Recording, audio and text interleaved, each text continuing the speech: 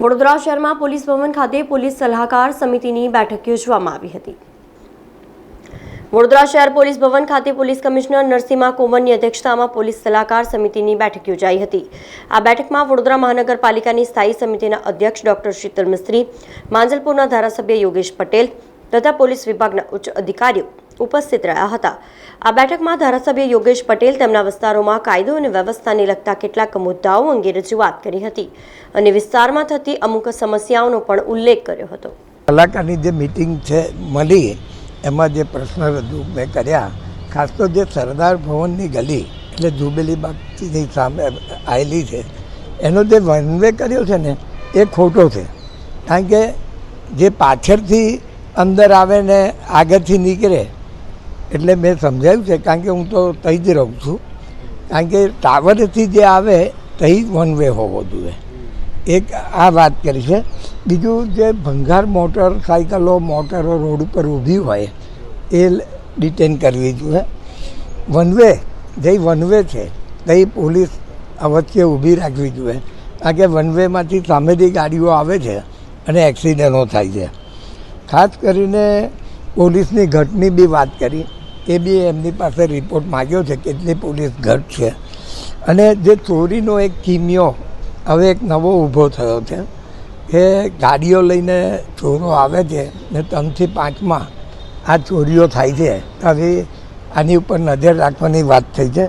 ને ખાસ કરીને ફાયર માટે જે રાજકોટમાં ફાયર થયું એને લીધે શહેરમાં નાની નાની દુકાનોને પણ નોટિસો પોલીસ અને કોર્પોરેશન, જેનાથી એ શક્ય જ નથી। બહુ તો ફાયરનું સિલિન્ડર દુકાનોવાળા રાખી શકે।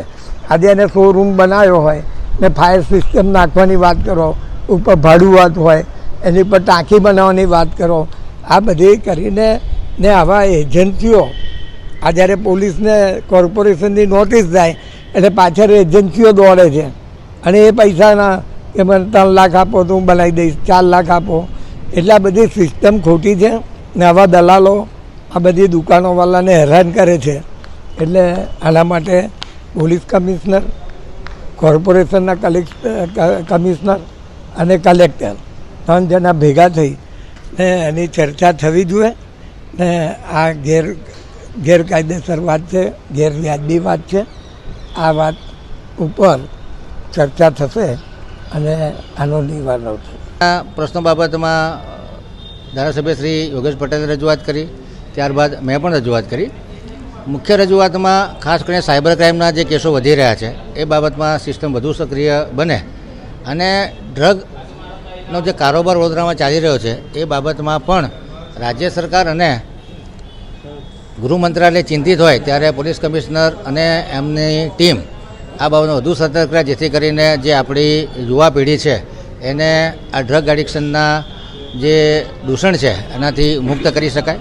તમામ જગ્યાએ, તમામ બિઝનેસ સ્થળોએ સીસીટીવી કેમેરા, તમામ ફાર્મ હાઉસો પર, તમામ હોસ્પિટલમાં કેમેરા લગાડવાનું જે આયોજન હતું એ ક્યાંક ઢીલું પડ્યું હોય તો એને પણ વધુ સક્રિય કરી અને તમામ જગ્યા કે જે ક્રાઉડેડ પ્લેસીસ છે, જે બિઝનેસ પ્રેમિસીસ છે, બધામાં સીસીટીવી કેમેરા લાગે તો આખું શહેર સીસીટીવી સર્વેલન્સમાં આવે, જેનાથી ક્રાઇમ ડિટેક્શન અને ક્રાઇમ સર્વેલન્સમાં આપણને ફાયદો મળે।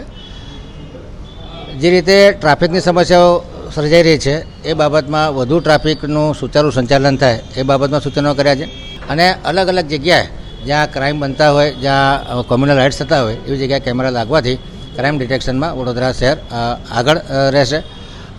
પોલીસ ડિપાર્ટમેન્ટમાં સ્ટાફની ઘટ છે, એ ઘટ માટે અમારા ધારાસભ્યશ્રીએ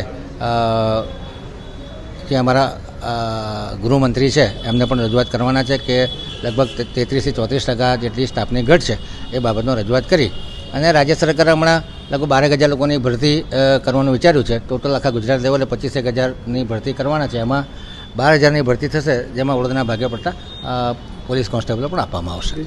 સમાચારોના સતત અપડેટ માટે TNN ન્યૂઝને YouTube પર સબસ્ક્રાઇબ કરી બેલ આઇકોન પ્રેસ કરો અને અમારી સાથે જોડાયેલા રહો Facebook, Instagram અને Twitter ઉપર।